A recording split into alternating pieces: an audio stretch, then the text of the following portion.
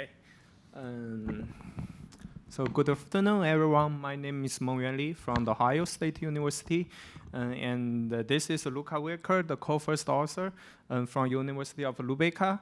And it is a great honor for us to be here to present our paper, a systematic look at Ciphertext side channels on AMD SEV-SNP. Other authors include Wichelmann, Thomas Eisenbarth from the University of Lübeck, and Radu Teodorescu from the Ohio State University, and my advisor Yinqian Zhang from Southern University of Science and Technology. Okay, so in this paper, we showed a new Ciphertext side channel that widely exists in memory encryption-based trusted execution environment, and it challenges the memory encryption method used in large memory TEs. And just like cache side channels, the Ciphertext side channels might be difficult to fix in a short time. So let's talk about that, and let me introduce more background. So trust might be one of the biggest problems in cloud computing. Cloud users cannot trust the cloud service providers. Their sensitive data is in danger. And so this actually restricts many potential cloud computing scenarios. And both academia and the industry move their attention to confidential computing. So confidential computing can be enabled by some hardware-based features called TEs. And most TE protect cloud users' data against both privileged software attackers, including a malicious hypervisor, and physical attackers. So there are many existing TEs right now, like enclave-based TE and also VM-based TE. For VM-based TE, like AMD Secure Encrypted Virtualization, they're aiming at protecting the entire virtual machine, so you don't need to rewrite your code, or you can directly use your existing binaries, which is really user-friendly. And because of this, AMD SEV has been already adopted by some cloud service providers, including Google Cloud, Microsoft Azure, and IBM Cloud. And AMD SEV is also our main focus for the paper, since it is the only commercial available VM-based TE right now. Okay, then how exactly TE protect users' data? The key idea is that when data is within the CPU chip, the hardware will provide an isolated and protected environment for secure data processing. But when data goes out of the CPU chip, the memory encryption seems to be the only way to protect the data. Let's look at how AMD SEV achieves the memory encryption. There are actually some restrictions. So for example, because the VM's memory is accessed randomly, the memory in SEV is encrypted independently per aligned 128-bit block using AES encryption. And to avoid a malicious hypervisor inferring the plaintext with the same ciphertext because it's used AES encryption, AMD SEV introduced an additional physical address-based tweak function here. So the consequence is also obvious. The same plaintext at different locations will have different ciphertexts, but the same plaintext at the same location will always have the same ciphertext during the VM's life cycle. And meanwhile, AMD SEV also allows privileged software to access those ciphertexts. So in the paper, we raised the following research question. Are current cryptographic implementations running inside a TE still safe when an attack has access to the ciphertext of the encrypted memory? The answer is no, it's not secure, especially for TEs that use deterministic memory encryption. In the paper, we show that the side channel information caused by those ciphertext changes is sufficient enough to steal key secrets protected by AMD SEV. Let's talk about that in detail. This is the outline. We will first introduce two possible attack primitives, and I will begin with the dictionary attacks. Okay, so the dictionary attacks targets at a 128-bit block with fixed physical address. The attack will try to build a ciphertext and plaintext dictionary and inferring the secret by repeated ciphertext. Let's show you a dictionary attack case study about using some kernel structure to break ECDSA. So when there's OS context switch, the kernel will store the process register in a structure called PT registers, which is a pretty fixed structure. So we don't need to worry about the physical address-based tweak function used in memory encryption. And the general step is also pretty straightforward. The attack only needs to intercept the VM at some certain execution points and then record the ciphertext at the PD register region. Let's go through this step by step. So in ECDSA constant time implementations, there is a function called EC scalar multiple ladder. We call it target function 2, and its physical address is GPA2. And inside this function, there is a loop. Inside the loop, it will call another function called bn is bit set, which will get 1 bit of the secret nonce k for future calculation. We call bn is bit set target function 1, and its physical address GPA1. And the nonce k is the secret that the attack wants to steal. Okay, to intercept the VM at certain execution points, the attack first needs to locate the physical address of these 2 target functions. Here we introduce a performance counter-based page level control channel tool. So in this tool, the attack unset all present bits to trigger nested page faults. And meanwhile, he will also collect some performance counter events, like the number of retired instructions. And when combining those information together, the attack can locate the guest physical address of either code page or data page very precisely and on the fly. We find this tool pretty useful when intercept the VM, and you may also find this tool in our GitHub link. Okay, after identifying the 2 target functions, the second step will be iteratively unset the present bits of function 1 and function 2 to intercept the VM. So as I mentioned, there's a loop. The attacker can then observe nested page faults of function 1 and function 2, the sequence, which effectively affect the VM's execution for each iteration. And then the last step is to intercept the VM, is to get the ciphertext at certain execution points. So here, in this case study, the attacker stopped the VM when he intercepted the nested page fault of function 2. The reason is that at this time point, bn is bit set, just finish execution, and the 1 bit of the secret is in RAX register right now, and the program is trying to return to the caller function.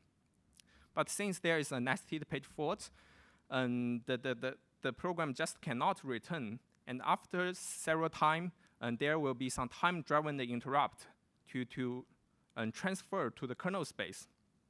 And when the attacker observes those interrupts, he knows that, well, it's now in kernel space, the PT register will store the IX registers, and then at this execution points, the attacker just record the ciphertext of PT registers. And inside the PT register, for the 128-bit block containing IX registers, there are only 2 possible values, either 0 or 1, because it's 1 bit of the secret. So the attacker can very easily build the dictionary and use dictionary to break the entire secret, to steal the entire secret. Okay, so that's one example about how to build a dictionary and use dictionary to steal secret from a SEV-protected VM. Then Luca will introduce the collusion attack. Thank you very much, Mengyuan, and I will take over now for the rest of the talk. So let's come to the... Sorry, yeah, great. So I will take over now for the rest of the talk. Let's come to the collision attack. So like in the previous attack, we need to know the code that the victim is executing, as well as these means to track the state that it's currently in and a way to intercept it at certain execution points. However, now, instead of trying to learn the plaintext values for certain ciphertexts, we are observing collisions in the memory write patterns of the victim to infer secret internal state variables. So let's take a look at an example to make things more clear. So here we have a conditional swap operation or constant time swap operation, and this code pattern is very commonly used in constant time cryptography. And what you want to do here is we have 2 arrays, A and B, and a secret decision bit C, and based on the secret decision bit, we either want to swap the content of these 2 arrays or not. And the important property here is that we always write to these buffers A and B to achieve this constant time property. And yeah, we do this by first building this selection mask, which will either be 0 or hex FF based on the value of C. Then we will build this update value by XORing together A and B. And then if the mask was set to 0, we will clear it again. And in the final update step, we then apply this update value to A and B. And if X was cleared to 0, then obviously we write the same value back that was already there. but if x still contains this XOR value, then the two occurrences of A will cancel each other out and we write B. So this way we achieve this constant time property where the write itself does not reveal the secret decision bit. However, now let's take a look at how we can attack this with our capabilities. And all we need to do here is to track down when the victim is about to execute this piece of code, and then we locate these two buffers A and B into memory and observe the ciphertext. And then we let the victim resume and interrupt it again after this constant time swap here is done. And now by observing whether the ciphertexts of A and B have changed or not, we immediately know the secret decision bit where you see here. We don't need to know what's actually in buffers A and B. This write pattern is enough to leak the secret internal state. Now, as I said, this is commonly used in constant time cryptography libraries, and we built an end-to-end attack for the EDDSA implementation in OpenSSH, where the attacker simply needs to send a handshake package to the server, and then the server will issue a signature to prove its identity, and by observing the signature process, the attacker can then steal the secret key. Okay, so this concludes the attack part of our talk. Let's take a look at possible countermeasures. Now, the most holistic solution would of course be to simply use a probabilistic encryption scheme, for example by XORing a counter or mask value to the plaintext. So this way, even though we write the same plaintext to the same memory location twice, by updating these counter values, we get a fresh ciphertext, we get rid of all of these possible collisions. And of course, this is not new, there are many such schemes out there. However, in the context of full memory encryption, we have these two key challenges of storage overhead and performance overhead.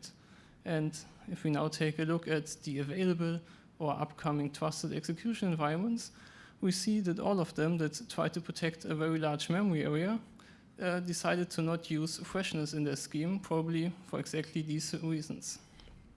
So does that mean that all of these schemes here are vulnerable to ciphertext side channel attacks? Well, yes and no. So the good answer here is that for the two Intel solutions here, the attacker does not have a software level access to the ciphertexts. So he simply cannot carry out our attacks here in a straightforward manner. However, the underlying encryption system is still vulnerable, and if we can work around these access write protection, for example, by switching to a physical attacker model, then we could still carry out these attacks, for example, by interposing on the memory bus and reading the ciphertext as they get transmitted to memory. Okay, so since the current TE designs cannot fully solve this problem here in hardware, we should also have software level countermeasures. And there are two basic strategies that I want to introduce here. So the first one is to simply use a new memory location when we repeatedly write secrets. And this way we get a new tweak value from our memory encryption system, basically mimicking this probabilistic encryption without the additional overhead. And then the second solution here would be to actually implement this probabilistic encryption on the register level. So we're not just storing the raw plaintext values, but we apply a masking or a counter-based scheme in before, so that when we read from memory, we still have to unmask our values, then we can process them, and before writing back, we generate a new mask or counter value so that we ensure that we get a fresh ciphertext. Okay, but when we now want to implement this, things are not that easy as it seems at first, because we also have to consider these context switches Mengyuan already talked about a little bit in the context of AMD SEV. And the first dangerous context switch here is the context switch between the VM and the hypervisor. And here the register values of the VM get again stored at a fixed memory location in a structure called VMSA. And now this means that the attacker can simply choose to use this memory location instead of the one that is not protected in software. And there already is a paper that exploits this, and as a result, AMD provided a firmware mitigation here that adds freshness to the encryption of this page. However, note that this can only be used for this single 4 kilobyte page, which is also at a kind of fixed location architecturally, so it doesn't look like this can be used for anything else. And then the second context switch that we need to take care of here is the context switch that's happening inside the operating system that's running in the VM that Mengyuan already talked about.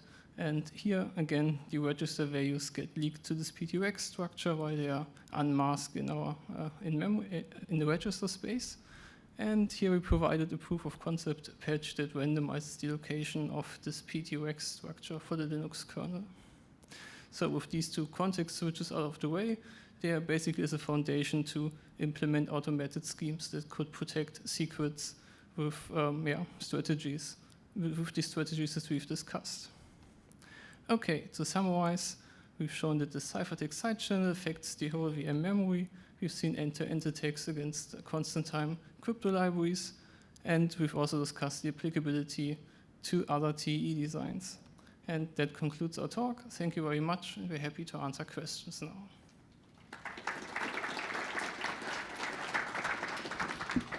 Okay, thank you for another interesting talk. Where did Mengyuan go? Do we have questions? Yes, he's right behind you.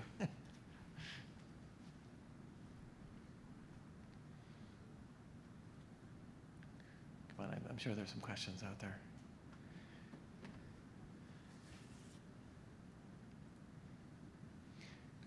So I had one question. Oh, we got a question. Okay, go for it. Hey, so you mentioned that there's a patch from AMD for the VMSA addresses, but did they ever do a patch for the whole thing? Like you mentioned that you can add this to the kernel so that all memory addresses written are written with freshness, hence more secure, right? So like this AMD patch is only for this. I understand. Okay. I'm asking, like, is there an option to enable in the firmware that you can have that freshness for every address? Just no. They simply never did that?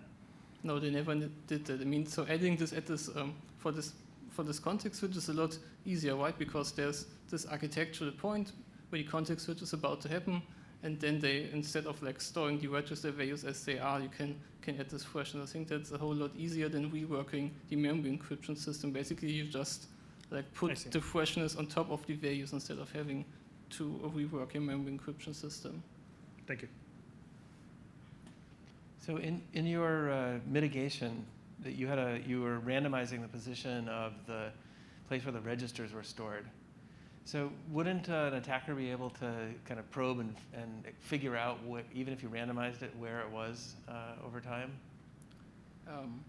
Yeah, I mean, this is basically like then a trade-off, like how much memory do you want to invest to have like a high amount of entropy? That's certainly the point, and this is also kind of a little bit of a weakness of this countermeasure.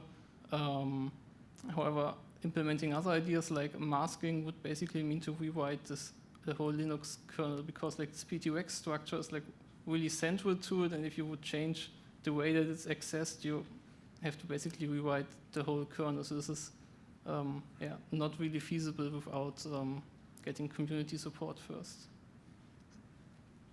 Okay.